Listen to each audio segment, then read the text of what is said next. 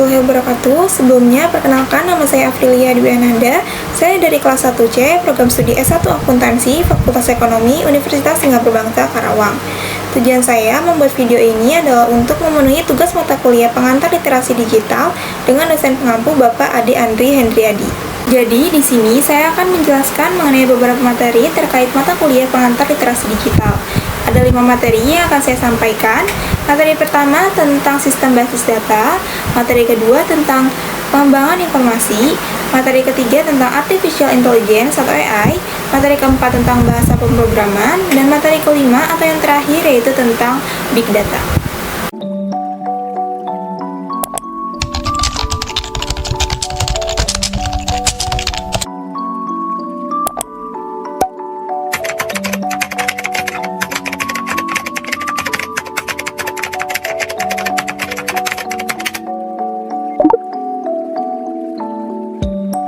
Jadi, materi pertama yang akan saya jelaskan yaitu mengenai sistem basis data. Sistem basis data merupakan sistem yang terdiri atas kumpulan tabel data yang saling berhubungan di sebuah sistem komputer dan sekumpulan program yang memungkinkan beberapa pemakai atau program lain untuk mengakses dan memanipulasi tabel-tabel data tersebut. Sistem ini dirancang untuk menyimpan, mengelola, dan mengambil data dengan efisien, serta menyediakan berbagai fungsi untuk mengelola struktur data dan menjaga integritasnya. Berikut ini ada beberapa contoh sistem basis data yang sering digunakan oleh seorang akuntan. Contoh yang pertama ada Oracle. Oracle adalah sebuah software untuk sistem manajemen database relasional. Oracle diproduksi dan dipasarkan sejak tahun 1977 oleh perusahaan terkemuka di dunia, yaitu Oracle Corporation, yang bermarkas di Redmond City, California. Oracle tentu saja memiliki kelebihan. Yang pertama, yaitu bisa berjalan pada beragam sistem operasi. Yang kedua, dapat menangani data dalam jumlah yang besar dan diolah dengan cepat sehingga didapatkan informasi akurat sesuai permintaan pengguna. Kelebihan yang ketiga, yaitu fleksibel, sehingga dapat memenuhi kebutuhan akan data dan informasi yang bervolume besar dan terus-menerus bertambah besar. Selain mempunyai kelebihan, Oracle tentu saja mempunyai kekurangannya tersendiri. Yang pertama, menjadi DBMS yang paling mahal, paling rumit, dan paling sulit untuk dipelajari. Yang kedua, membutuhkan hardware dengan spesifikasi tinggi agar DBMS Oracle berjalan dengan stabil. Yang ketiga, hanya diperuntukkan bagi perusahaan berukuran besar dan tidak cocok untuk perusahaan kecil dan menengah. Contoh sistem basis data yang kedua yaitu ada MySQL. MySQL adalah database jenis DBMS yang menggunakan bahasa SQL untuk mengelola sistem basis data. PHPMyAdmin adalah salah satu aplikasi yang digunakan untuk menghubungkan antara PHP dengan MySQL. Selain itu, MySQL termasuk ke dalam RDBMS atau Relational Database Management System. Kelebihan dari MySQL sendiri yaitu yang pertama, tidak membutuhkan RAM yang besar karena MySQL dapat dipasang pada server dengan spesifikasi kecil. Yang kedua, MySQL adalah database open source sehingga tidak perlu mengeluarkan biaya yang cukup tinggi seperti saat menggunakan Oracle. Yang ketiga, memiliki keamanan yang bagus seperti mengatur hak akses user dengan enkripsi password tingkat tinggi. Dan kekurangan MySQL sendiri yaitu tidak memiliki fitur yang lengkap seperti DBMS lainnya, serta memiliki spesifikasi yang rendah. Dan juga kurang cocok jika digunakan untuk aplikasi mobile dan game karena MySQL dinilai kurang bagus untuk menangani hal tersebut. Dan contoh sistem basis data yang terakhir yaitu ada Microsoft SQL Server. Software ini dikembangkan oleh perusahaan besar Microsoft dan cukup scalable. Sejak awal rilis pada tahun 1989, SQL Server terus berkembang dan menjadi database dengan pengguna yang cukup banyak. Fungsinya pun sekarang tidak hanya sebagai RDBMS, tapi bisa lebih dari itu, termasuk alat built-in intelligent business, serta bisa juga digunakan sebagai analisis dan pelaporan. Kelebihan dari Microsoft SQL Server yaitu memiliki kinerja yang sangat baik jika berjalan pada sistem operasi Windows karena keduanya merupakan produk dari Microsoft. Yang kedua, mempermudah pengelompokan database karena SQL Server mendukung untuk aktivitas tersebut sehingga developer lebih dimudahkan. Dan yang ketiga, memiliki fitur recovery dan juga backup data sehingga memperkecil kemungkinan kehilangan data. Dan kekurangan dari Microsoft SQL Server itu yaitu SQL Server menjadi produk yang berbayar dengan harga lisensi yang tinggi. Meskipun ada versi gratis, namun fitur yang ditawarkan sangat terbatas. Dan hanya bisa digunakan pada sistem operasi Windows saja.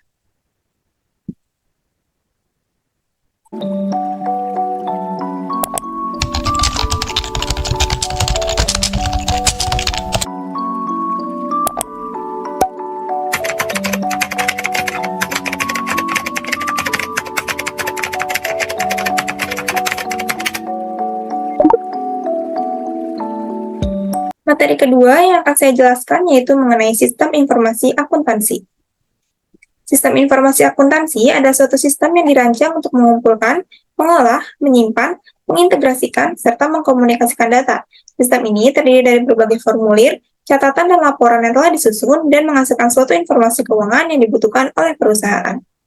Tujuan sistem informasi akuntansi adalah untuk mengolah data keuangan dan akuntansi, serta menciptakan laporan keuangan yang mana bisa manajer atau pihak lain yang memiliki kepentingan memanfaatkannya dalam mengambil keputusan bisnis.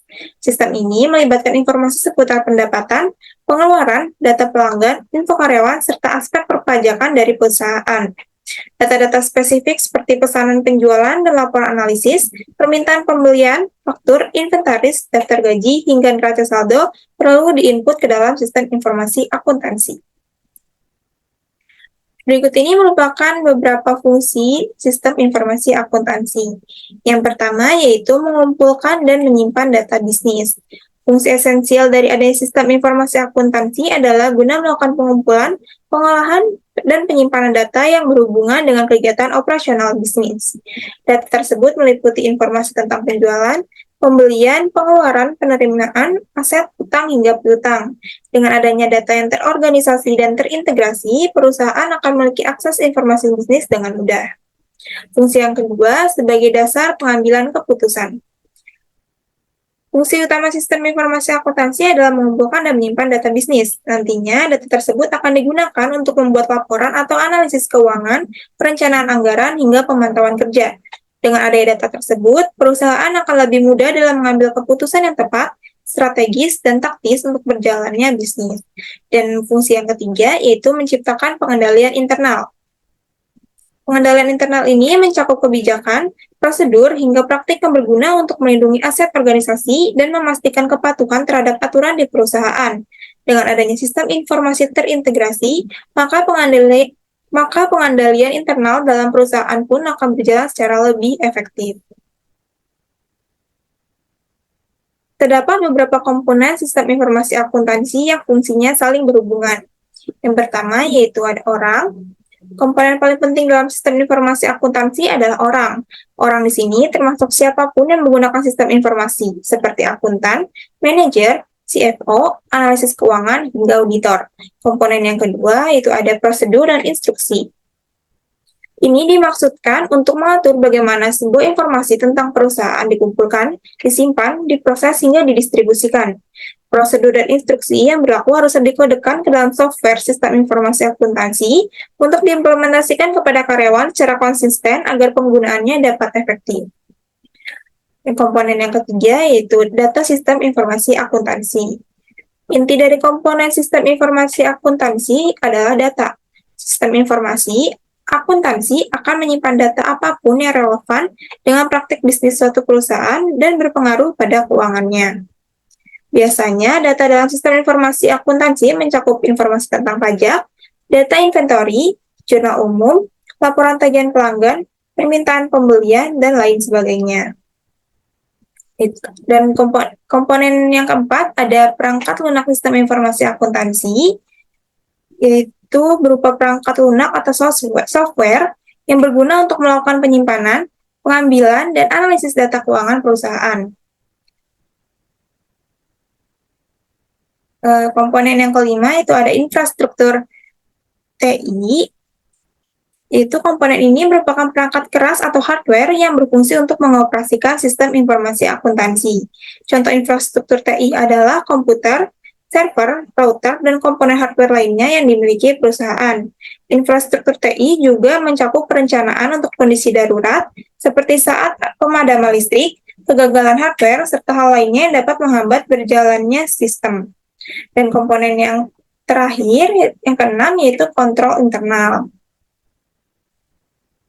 Komponen sistem informasi akuntansi yang terakhir sekaligus berperan penting, yaitu kontrol internal. Itu langkah-langkah keamanan guna melindungi data dalam sistem informasi akuntansi. Karena berfungsi melindungi data, jadi kontrol internal mencakup kata sandi, verifikasi, biometrik, hingga metode enkripsi.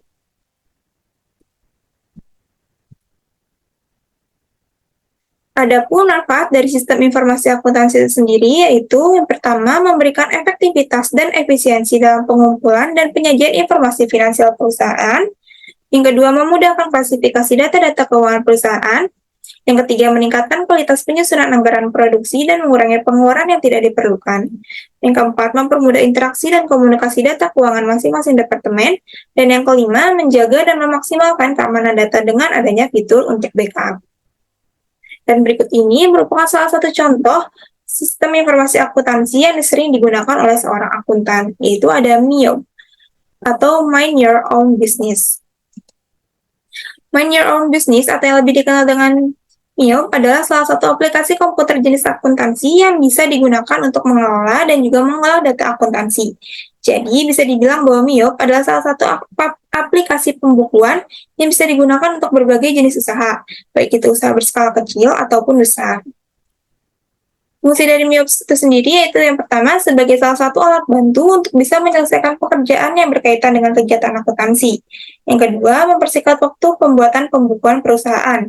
Yang ketiga, membuat Anda jadi lebih mudah dalam memahami bisnis. Dan yang keempat, membantu kegiatan jual beli perusahaan, memonitor utang dan piutang dagang, pajak, invoice, dan quotation dalam sekali klik. Kelebihan dari MIOB, yaitu yang pertama, memiliki tampilan yang user-friendly karena penggunaan dan transaksinya yang sangat sederhana dalam bentuk gambar, sehingga akan lebih mudah untuk dipahami oleh para pemula. Yang kedua, menyajikan menu daftar rekening atau chart of account yang siap dipakai dalam bahasa Inggris dan tersedia sebanyak 105 jenis perusahaan yang bisa dibaca pada setiap lampirannya. Yang ketiga, mempunyai kemampuan dalam melakukan ekspor data ke program Excel, sehingga laporan pun bisa dibaca dan juga dicetak dalam bentuk Excel. Dan yang keempat, mempunyai banyak laporan keuangan, termasuk mengatur pajak, dan menampilkan analisa dalam bentuk grafik yang mudah dibaca. Selain memiliki kelebihan, MIOB pastinya juga memiliki kekurangan. Yang pertama, tidak ada fitur pelaporan perpajakan Indonesia. Yang kedua, hanya bisa diterapkan pada satu perusahaan. Yang ketiga, disediakan hanya dalam bahasa Inggris. Yang keempat, format neraca dalam format keuangan Australia. Yang ketiga, tidak mendukung multi currency. Dan kekurangan yang terakhir yaitu belum bisa mendukung fitur multi gudang.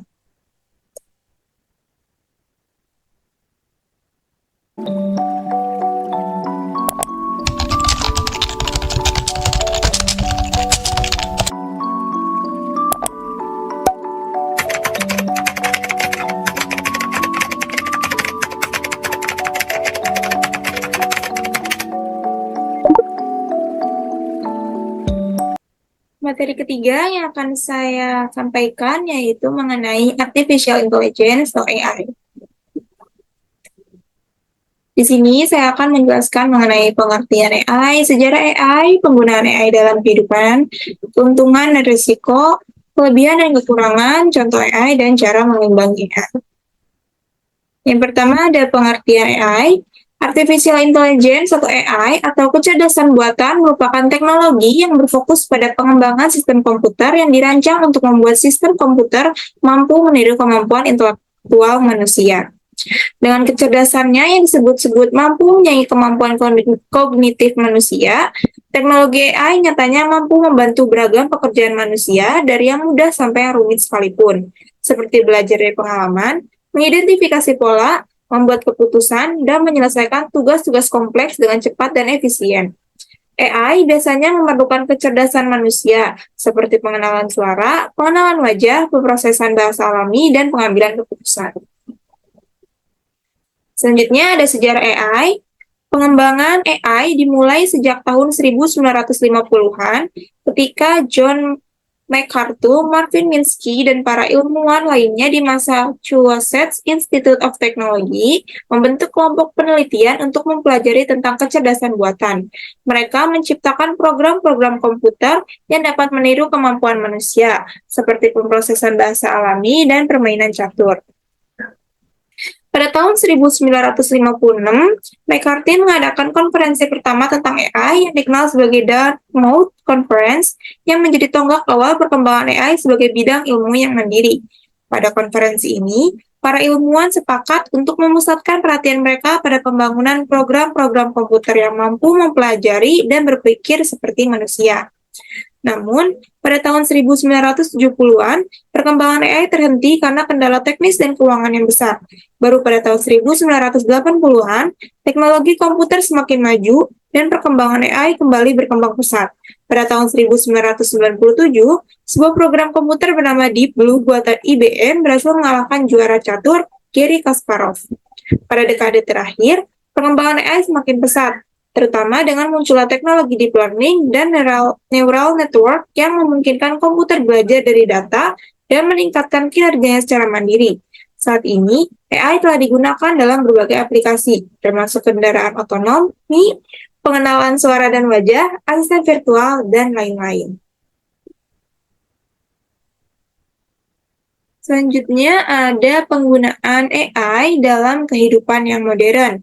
Yang pertama, AI telah membuktikan kemampuannya untuk mempercepat penelitian ilmiah di berbagai bidang, seperti biologi, fisika, kimia, dan astronomi. Dalam biologi, AI dapat mengelola data genomik besar-besaran untuk mengidentifikasi pola-pola yang relevan dalam penyakit dan proses biologis. Dalam fisika, AI digunakan untuk menganalisis data dari eksperimen partikel tingkat tinggi dan memodelkan fenomena kompleks dalam fisika dasar. Di bidang kimia, AI dapat memprediksi sifat-sifat molekuler dan merancang senyawa-senyawa baru dengan potensi farmasi. Selain itu, dalam astronomi, AI memungkinkan pengolahan dari teleskop luar angkasa dan pengenalan objek langit yang belum teridentifikasi. Dengan memanfaatkan kecerdasan buatan, penelitian ilmiah menjadi lebih efisien dan mampu mengeksplorasi domain pengetahuan yang lebih luas dan dalam.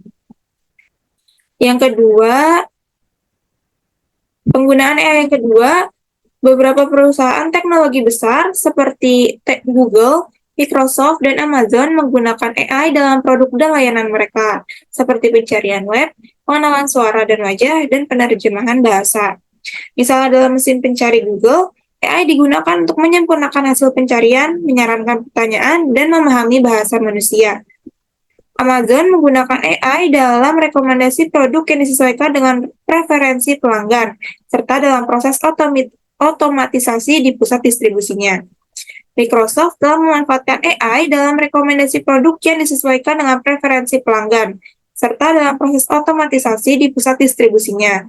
Selain itu, perusahaan teknologi besar juga menggunakan AI untuk mengembangkan asisten virtual, seperti Siri oleh Apple dan Alexa oleh Amazon, yang dapat membantu pengguna dengan berbagai tugas termasuk pencarian informasi, pengaturan jadwal, dan kontrol perangkat rumah pintar.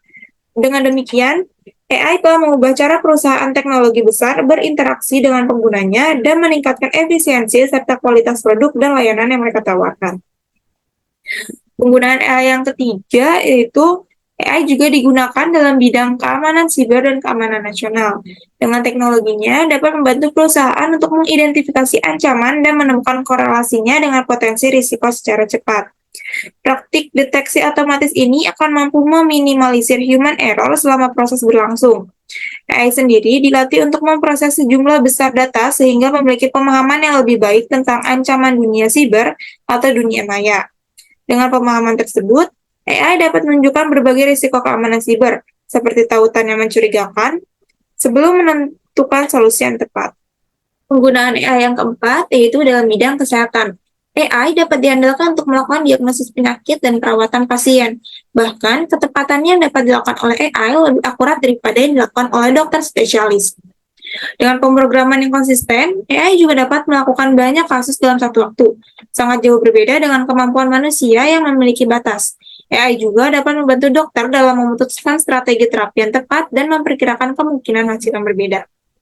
Dan penggunaan AI yang kelima itu ada pengembangan robot humanoid atau robot yang menyerupai manusia, merupakan salah satu bidang AI yang berkembang sangat pesat. Beberapa robot humanoid telah diciptakan untuk membantu dalam pekerjaan industri, seperti proses produksi dan logistik. Salah satu contoh robot humanoid yang terkenal adalah Asimo, yang dikembangkan oleh Honda berbentuk manusia dengan tinggi sekitar 130 cm. Robot ini memiliki kemampuan untuk berjalan, berlari, dan bahkan menari dengan sangat lancar. Asimo juga dilengkapi dengan berbagai sensor dan kamera yang memungkinkannya untuk mengenali objek dan orang di sekitarnya, serta berinteraksi dengan manusia. Sebagai salah satu pencapaian terkemuka dalam teknologi robotik, Asimo telah digunakan dalam berbagai acara promosi dan pendidikan, serta sebagai alat penelitian dalam pengembangan robot humanoid yang lebih canggih. Selanjutnya ada keuntungan dan risiko dalam penggunaan artificial intelligence.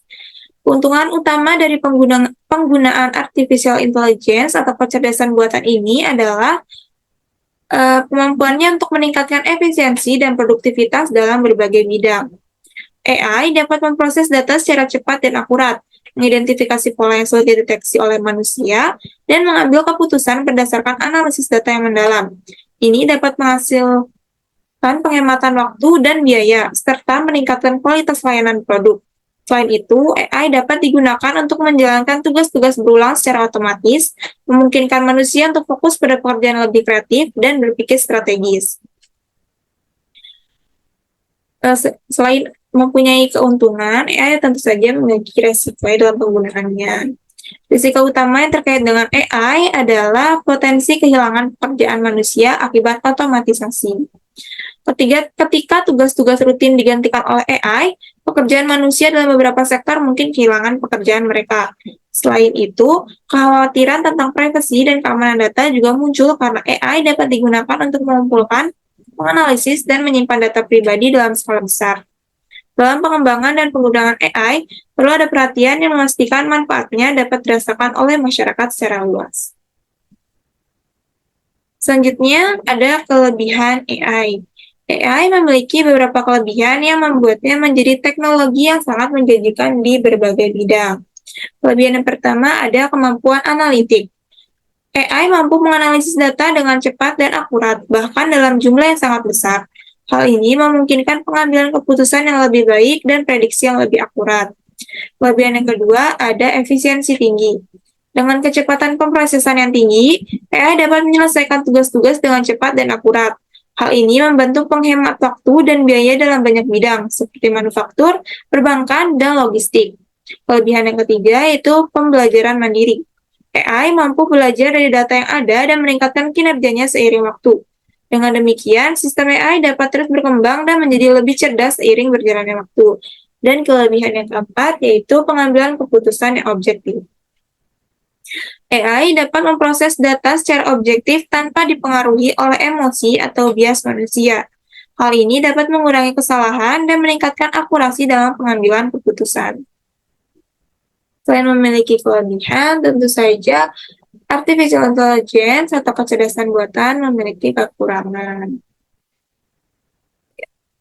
Berikut beberapa kekurangan yang perlu diperhatikan dalam artificial intelligence. Yang pertama ada ketergantungan pada data.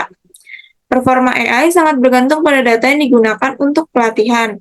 Jika data yang digunakan tidak representatif atau terkontaminasi oleh bias, maka sistem AI dapat menghasilkan hasil yang tidak akurat atau tidak adil. Kekurangan yang kedua, keterbatasan pemahaman konteks. AI cenderung memiliki pemahaman yang terbatas dalam memahami konteks yang kompleks. Misalnya dalam pemrosesan bahasa alami, AI mungkin tidak mampu memahami makna yang tersembunyi atau nuansa dalam percakapan. Dan kekurangan yang ketiga yaitu keamanan dan privasi. Penggunaan AI dapat melibatkan risiko keamanan dan privasi data. Data yang dikumpulkan dan digunakan oleh sistem AI dapat rentan terhadap serangan atau penyalahgunaan oleh pihak yang tidak berwenang. Dan kekurangan yang keempat yaitu penggantian pekerjaan manusia. Kemampuan AI untuk mengotomatisasi tugas-tugas dapat mengancam pekerjaan manusia.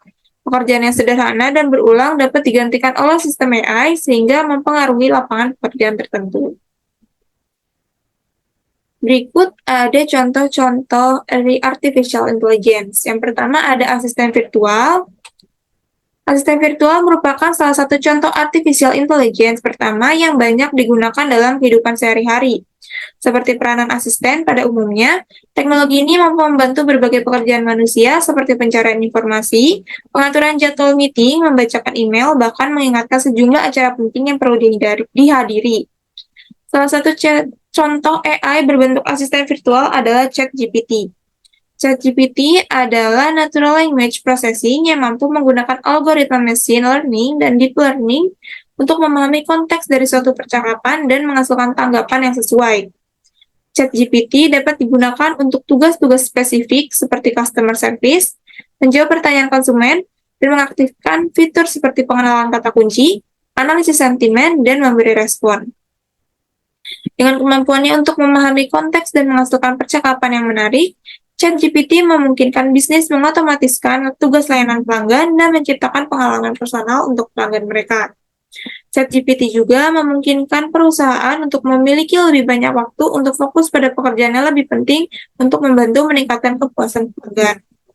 Contoh AI yang kedua ada search engine atau mesin pencarian, di mana teknologi ini menjadi salah satu contoh artificial intelligence yang paling sering digunakan dalam kehidupan sehari-hari. Dengan fitur ini, pengguna bisa mendapatkan hasil pencarian yang paling relevan serta sesuai dengan informasi yang dibutuhkan. Dalam melakukan browsing pada browser maupun sejumlah platform lain, kotak mesin pencarian biasanya menampilkan saran topik untuk pengguna, di mana saran kalimat pencarian yang relevan dapat menghemat waktu serta menghadirkan kenyamanan untuk mencari informasi, bukan secara tiba-tiba. Kecocokan tersebut merupakan hasil dari data user yang telah dihimpun dan dipelajari oleh mesin pencarian dengan menggunakan teknologi AI. Contoh AI yang ketiga ada mobile banking. Contoh teknologi artificial intelligence ini hadir dari dunia perbankan, di mana sistem yang dahulu dijalankan secara manual kini dapat dioperasionalkan secara otomatis, di mana pihaknya memanfaatkan aplikasi mobile banking atau m-banking untuk para pengguna agar bisa melakukan transaksi keuangan apa saja tanpa perlu khawatir tidak adanya mesin ATM terdekat. Kehadiran m-banking menjadi salah satu contoh artificial intelligence yang berguna dalam kehidupan sehari-hari. Apalagi, teknologi ini mampu mengembangkan sistem perbankan menjadi jauh lebih efisien dan aman, terutama untuk dinikmati oleh para pengguna sehingga transaksi keuangan dapat jauh lebih aman tanpa perlu pusing memikirkan di mana lokasi mesin ATM terdekat. Contoh AI yang keempat ada aplikasi transportasi online. Teknologi AI dimanfaatkan untuk mengelola interaksi user dengan fitur aplikasi transportasi online. Misalnya, ketika memesan layanan ojek online, kita akan menerima pesan notifikasi yang menyampaikan di mana posisi driver ojek online hingga lama waktu tunggu yang diperlukan. Semua itu dapat terjadi karena adanya penggunaan teknologi AI dalam aplikasi transportasi online. Dan contoh AI yang terakhir yaitu ada aplikasi berbelanja online. Berbagai platform berbelanja nyatanya mengandalkan teknologi AI dalam pengoperasiannya. Penggunaan teknologi tersebut tentunya untuk memaksimalkan pengalaman berbelanja sehingga terasa lebih personal karena sejumlah saran produk yang disesuaikan dengan minat para user. Rekomendasi tersebut merupakan buah dari pola pemilihan produk yang paling sering dilihat dan dipelajari oleh artificial intelligence sehingga mampu mengakurasi produk terbaik bagi penggunanya. Berikut ada cara bagaimana manusia dapat mengimbangi artificial intelligence. Untuk mengimbangi hal tersebut, manusia perlu mengembangkan kemampuan yang tidak dapat ditiru oleh AI, yaitu empati, kreativitas, dan kecerdasan emosional. Berikut adalah beberapa hal yang dapat dilakukan oleh manusia untuk mengembangkan kemampuan tersebut.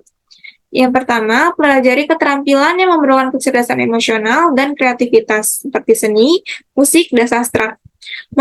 Mengembangkan keterampilan tersebut dapat membantu manusia mempertahankan keunggulan dalam hal kreativitas dan inovasi. Yang kedua, tingkatkan kemampuan untuk berinteraksi dengan orang lain dan memahami banyak perspektif. Kemampuan ini dapat membantu manusia dalam bekerja sama dengan AI dan membuat keputusan yang lebih baik. Yang ketiga, pelajari tentang teknologi AI dan bagaimana ia dapat digunakan untuk meningkatkan kinerja dan efisiensi.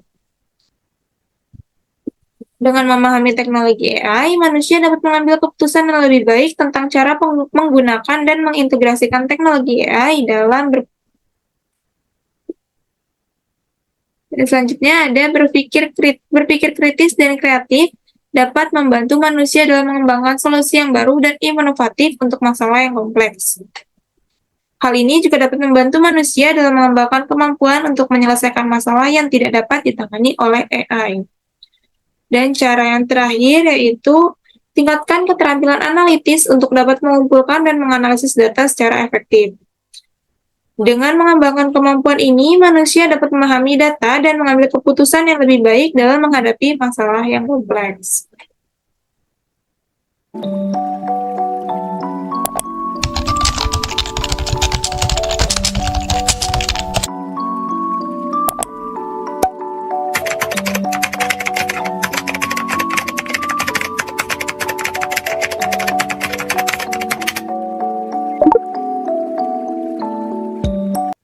Materi keempat yang akan saya jelaskan yaitu mengenai materi bahasa pemrograman.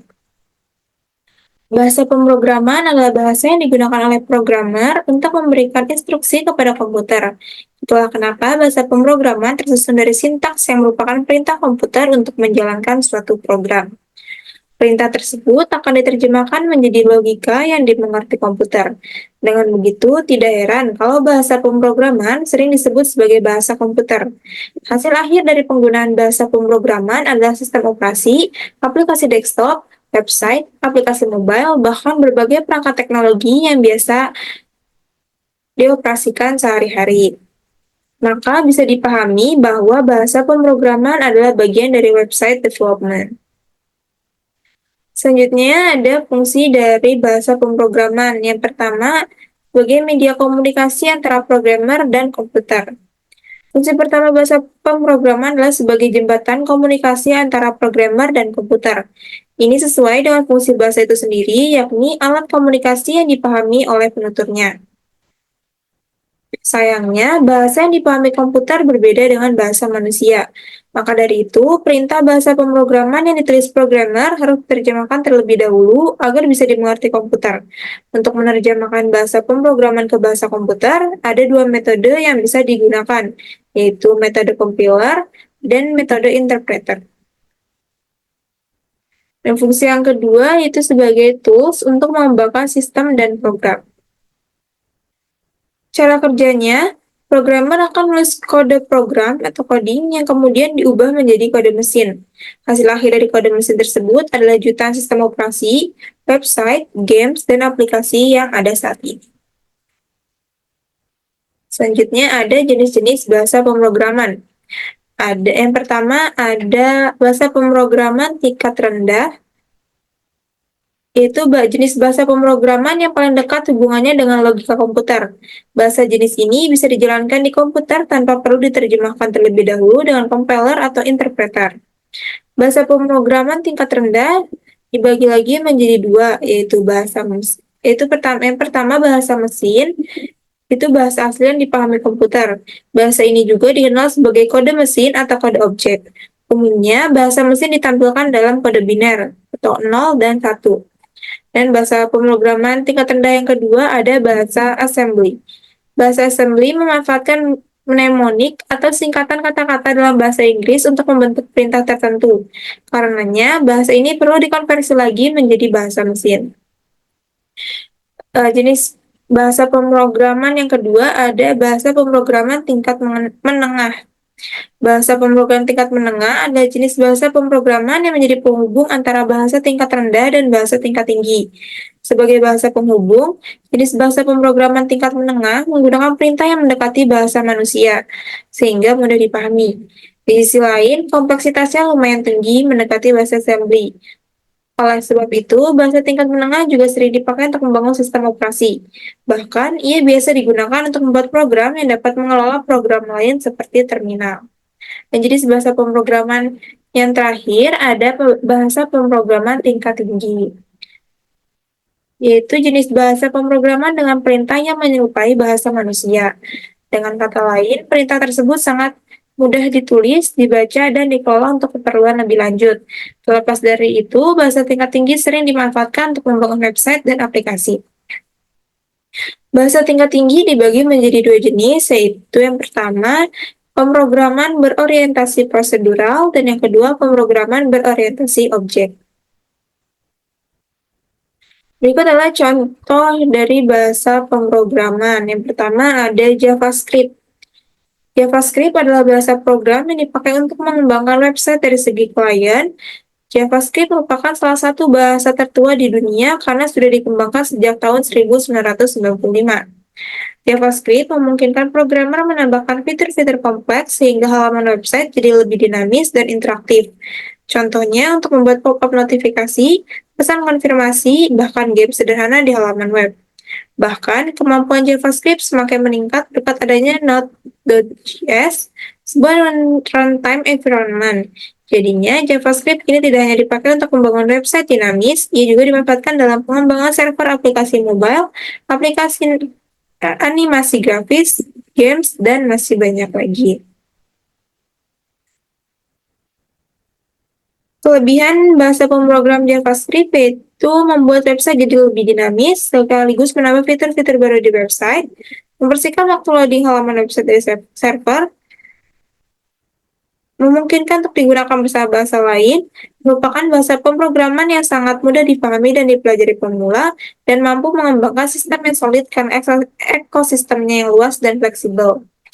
Sedangkan kekurangan dari bahasa pemrograman JavaScript yaitu JavaScript murni tidak bisa berjalan di web browser, perintah JavaScript cenderung kurang aman dibanding bahasa pemrograman lain, dan ekosistem yang terlalu luas berpotensi membingungkan programmer pemula. Contoh yang kedua ada Python. Python adalah bahasa pemrograman open source populer yang cukup mudah dipahami pemula. Sama seperti JavaScript, Python sudah ada sejak dekade 90-an, tepatnya di tahun 1991. Bahasa Python sering disebut sebagai bahasa multiguna karena bisa dipakai untuk berbagai jenis sistem. Tapi kebanyakan Python dipakai untuk membangun machine learning, artificial intelligence, big data, dan robotika. Kelebihan bahasa pemrograman Python yaitu perintah Python sangat mudah dipahami, dibaca, dan ditulis. Sanggup terintegrasi dengan bahasa pemrograman lain seperti C, C++, dan Java. Python mengeksekusi perintahnya baris demi baris, sehingga programmer bisa menemukan error lebih mudah. Dan perintah Python bisa dijalankan di berbagai platform tanpa terkendala masalah kompatibilitas. Istilahnya write once, run anywhere. Sedangkan kekurangan dari bahasa pemrograman Python yaitu perintah Python diterjemahkan oleh interpreter sehingga performanya tidak sebaik bahasa yang menggunakan compiler. Dan interpreter juga membuat Python kurang cocok untuk membangun aplikasi mobile atau games. Contoh bahasa pemrograman yang ketiga ada bahasa pemrograman C.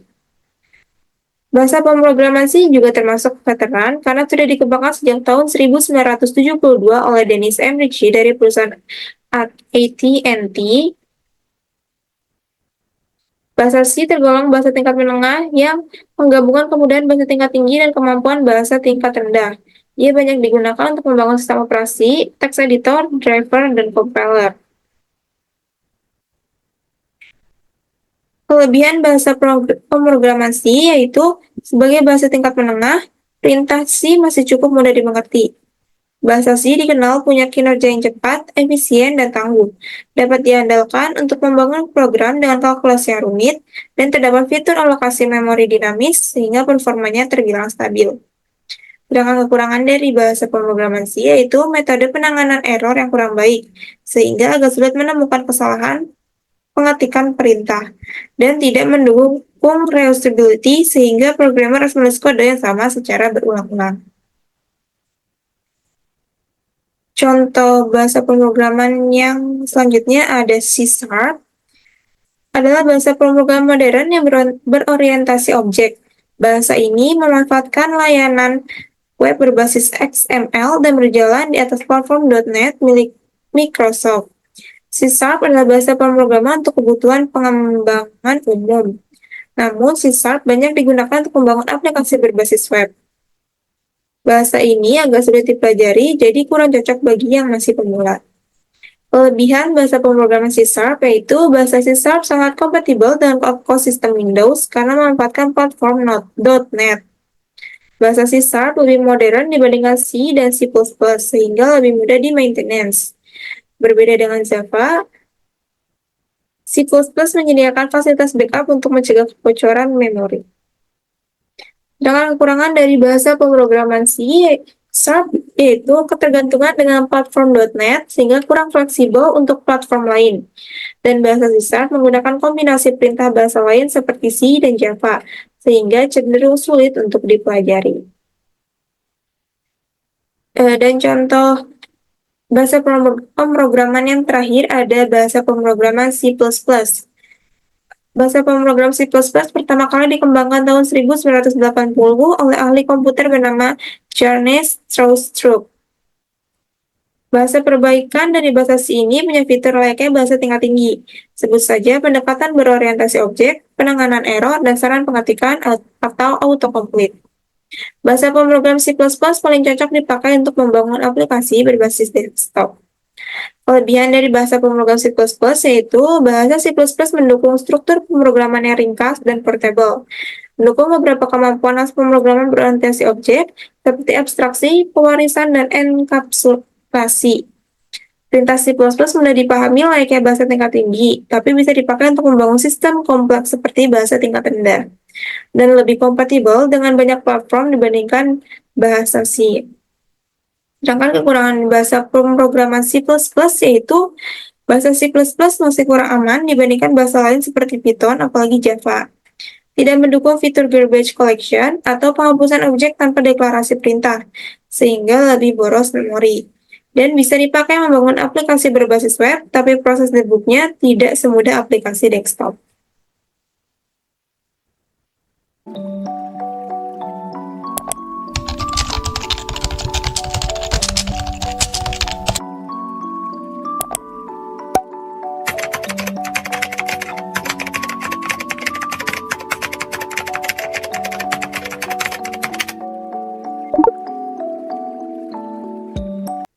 Jadi, materi terakhir yang akan saya sampaikan yaitu mengenai materi Big Data. Big Data adalah istilah yang digunakan untuk menggambarkan kumpulan data yang sangat besar, kompleks, dan akan terus bertambah seiring berjalannya waktu. Istilah ini mencakup berbagai jenis data, termasuk data terstruktur dan tidak terstruktur, serta data yang dihasilkan dari berbagai sumber, seperti media sosial, sensor, perangkat seluler, file log, dan server web. Big data biasanya digunakan dalam membantu kegiatan bisnis dalam bidang apapun. Big data juga bisa diartikan sebagai pengembangan dari sebuah sistem database pada umumnya. Penggunaan basis data sangat penting dalam pengelolaan, penyimpanan, serta untuk memanajemen segala bentuk informasi secara terstruktur dan tersistem. Selanjutnya ada karakteristik big data. Salah satu cara untuk menggambarkan karakteristik utama dari big data adalah melalui istilah 3V yang mengacu pada volume, variety, dan velocity. Yang pertama, volume itu menggambarkan bahwa big data memiliki volume yang sangat besar, seringkali melebihi kapasitas penyimpanan yang dapat diatasi oleh sistem konvensional. Ini memerlukan infrastruktur dan teknologi yang kuat untuk menyimpan, mengelola, dan mengakses data ini dengan efisien. Big data memiliki volume yang sangat besar, seringkali melebihi kapasitas penyimpanan yang dapat diatasi oleh sistem konvensional. Yang kedua, ada variety, yang berarti big data mencakup berbagai jenis data, termasuk teks, gambar, audio, dan data lainnya.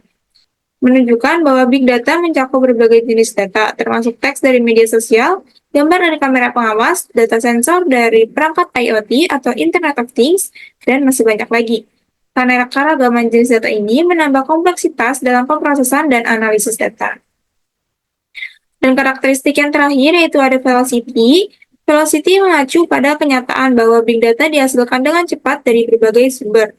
Data dapat terus-menerus mengalir dalam jumlah besar, memerlukan kemampuan untuk memproses dan menganalisis data secara real-time.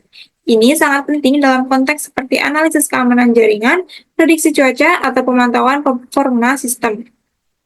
Big data dihasilkan dengan cepat dari berbagai sumber, sehingga memerlukan kemampuan untuk memproses dan menganalisis data secara real-time. Selanjutnya ada jenis-jenis big data. Jenis yang pertama ada structured data. Jenis data ini memiliki format yang terorganisir dengan baik, seperti dalam database relasional, spreadsheet, atau tabel yang dapat dengan mudah diolah dan dianalisis. Contoh struktur data mencakup informasi seperti data pelanggan dalam basis data CRM atau catatan transaksi keuangan dalam sistem akuntansi perusahaan. Keuntungan utama dari struktur data adalah kemudahan dalam pengolahan, analisis, dan pencarian informasi yang dapat diekstraksi dari mereka. Jenis big data yang kedua ada unstructured data. Jenis data ini tidak memiliki format yang terstruktur, seperti teks bebas, gambar, dan video. Analisis data ini bisa lebih rumit. Unstructured data merupakan jenis data kedua yang tidak memiliki format yang terstruktur. Analisis data tidak terstruktur bisa menjadi lebih rumit karena informasi yang relevan seringkali tersebar di berbagai sumber dan harus diekstraksi dengan alat analisis khusus. Contoh unstructured data mencakup postingan media sosial, pesan email, atau bahkan rekaman video. Dan jenis big data yang ketiga ada semi-structured data. Jenis ini berada di antara data struktur dan tidak terstruktur. Contohnya adalah data dalam format XML atau JSON. Keunggulan dari data semi-terstruktur adalah kemampuannya untuk menggabungkan elemen data terstruktur dan tidak terstruktur. Contoh dari semi-structured data termasuk data sensor dari perangkat IoT yang dapat berisi informasi terstruktur tentang suhu dan kelembapan bersama dengan teks bebas yang menjelaskan situasi. Selanjutnya ada fungsi dari Big Data. Big Data memiliki peran yang sangat penting dalam berbagai aspek bisnis dan teknologi modern. Fungsi utama Big Data mencakup 3 elemen kunci yang memiliki dampak yang signifikan pada pengambilan keputusan dan kinerja operasional. Fungsi yang pertama ada analisis. Fungsi utama Big Data adalah kemampuannya untuk menganalisis data dengan skala yang besar dan kompleks. Dengan mengidentifikasi pola, tren, dan wawasan yang tersembunyi dalam data, organisasi dapat membuat keputusan yang lebih cerdas dan strategis. Analisis data ini membantu dalam mengungkapkan informasi berharga yang mungkin tidak terlihat pada pandangan pertama, seperti preferensi pelanggan, pola pembelian, atau tingkat efisiensi operasional. Fungsi yang kedua itu ada prediksi. Big Data juga digunakan untuk memprediksi perilaku masa depan berdasarkan analisis data historis. Dengan memahami tren masa lalu, organisasi dapat membuat perkiraan yang lebih akurat tentang apa yang mungkin terjadi di masa depan. Contohnya, dalam bisnis, Big Data dapat digunakan untuk memprediksi permintaan pasar, fluktuasi harga, atau kebutuhan persediaan. Dengan demikian, perusahaan dapat mengambil tindakan yang sesuai untuk mengantisipasi perubahan dan mengoptimalkan strategi. Dan fungsi Big Data yang terakhir yaitu ada optimasi. Big Data memberikan kesempatan untuk meningkatkan efisiensi operasional dan menghemat biaya. Dengan memanfaatkan data untuk memahami bagaimana operasi perusahaan berjalan, organisasi dapat mengidentifikasi area-area di mana perbaikan dapat dilakukan. Contohnya, Big Data dapat digunakan dalam manufaktur untuk mengoptimalkan rantai pasokan, mengurangi limbah, atau meningkatkan penggunaan sumber daya. Ini tidak hanya menghasilkan penghematan biaya, tetapi juga meningkatkan daya saing perusahaan. Selanjutnya ada manfaat dari Big Data. Big Data juga dapat digunakan untuk berbagai tujuan untuk membantu kepentingan organisasi, termasuk personalisasi layanan pelanggan, analisis risiko, deteksi kecurangan, dan penelitian ilmiah. Dengan kemampuannya untuk mengolah dan menganalisis data dengan cepat dan akurat, Big Data menjadi alat yang sangat berharga dalam menghadapi tantangan dan peluang di era digital ini. Berikut beberapa manfaat dari Big Data. Yang pertama ada pengambilan keputusan. Big Data membantu organisasi meningkatkan pengambilan keputusan berdasarkan data yang lebih baik. Dengan mengumpulkan, mengolah, dan menganalisis data dalam skala besar, perusahaan dapat membuat keputusan yang lebih cerdas dan berdasarkan bukti. Ini memungkinkan mereka untuk menghindari pengambilan keputusan berdasarkan asumsi semata dan lebih mengandalkan fakta dan angka yang ada. Manfaat yang kedua yaitu mengidentifikasi peluang bisnis. Big Data juga memungkinkan organisasi untuk mengidentifikasi peluang bisnis dan masalah potensial. Dengan menganalisis data pasar dan tren, perusahaan dapat mengidentifikasi peluang pertumbuhan baru atau potensi ancaman dalam industri. Dengan informasi ini, mereka dapat mengambil tindakan yang tepat untuk memaksimalkan peluang dan mengatasi masalah sebelum menjadi lebih serius. Manfaat yang ketiga yaitu ada personalisasi kepuasan pelanggan. Selain itu, Big Data dapat digunakan untuk meningkatkan pemahaman pelanggan.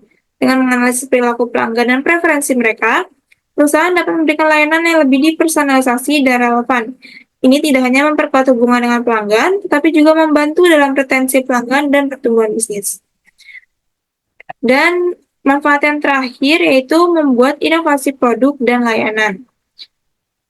Dengan memahami kebutuhan pelanggan dan tren pasar, organisasi dapat mengembangkan produk dan layanan baru yang lebih sesuai dengan permintaan pasar. Ini memungkinkan mereka untuk tetap relevan dan kompetitif dalam lingkungan bisnis yang selalu berubah.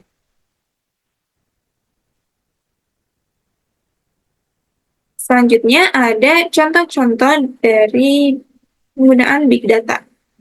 Penggunaan Big Data terus berkembang seiring dengan perkembangan teknologi dan kebutuhan bisnis yang semakin kompleks. Big data memungkinkan organisasi untuk mengambil keputusan yang lebih tepat, meningkatkan efisiensi operasional, dan menjawab tantangan yang ada di dunia yang semakin terhubung secara digital. Saat ini, Big Data digunakan secara luas di berbagai industri dan bidang. Berikut adalah beberapa contoh penggunaan Big Data dalam bidang tertentu. Yang pertama, dalam bidang e-commerce, perusahaan e-commerce seperti Amazon, Shopee, dan Tokopedia menggunakan jaringan Big Data untuk menganalisis perilaku pembeli, mengidentifikasi tren belanja, dan memberikan rekomendasi produk yang lebih personal kepada pelanggan. Hal ini membantu meningkatkan konversi penjualan dan loyalitas pelanggan. Contoh yang kedua ada dalam bidang kesehatan. Dalam dunia kesehatan, Big Data digunakan untuk menganalisis rekam medis pasien, data sensor medis, dan informasi genetik. Ini membantu dalam pengembangan diagnosis yang lebih akurat, pengembangan obat, serta manajemen dan perencanaan layanan kesehatan yang lebih efisien. Contoh yang ketiga adalah bidang keuangan. Industri keuangan juga menggunakan Big Data untuk mendeteksi kecurangan, manajemen risiko, dan analisis pasar. Institusi keuangan dapat memanfaatkan data transaksi untuk mengidentifikasi aktivitas mencurigakan dan mengambil tindakan yang sesuai. Dan contoh Big Data yang terakhir ada dalam bidang pendidikan. Big Data digunakan di sektor pendidikan untuk mengidentifikasi pola perilaku siswa dan meningkatkan pengalaman belajar. Analisis data dapat membantu sekolah dan perguruan tinggi dalam pengembangan kurikulum yang lebih efektif dan personalisasi pembelajaran pada murid. Itu tadi beberapa penjelasan mengenai materi-materi terkait mata kuliah pengantar literasi digital. Semoga apa yang saya sampaikan dapat bermanfaat bagi kita semua. Mungkin cukup sekian yang dapat saya sampaikan, kurang lebihnya mohon maaf. Wassalamualaikum warahmatullahi wabarakatuh.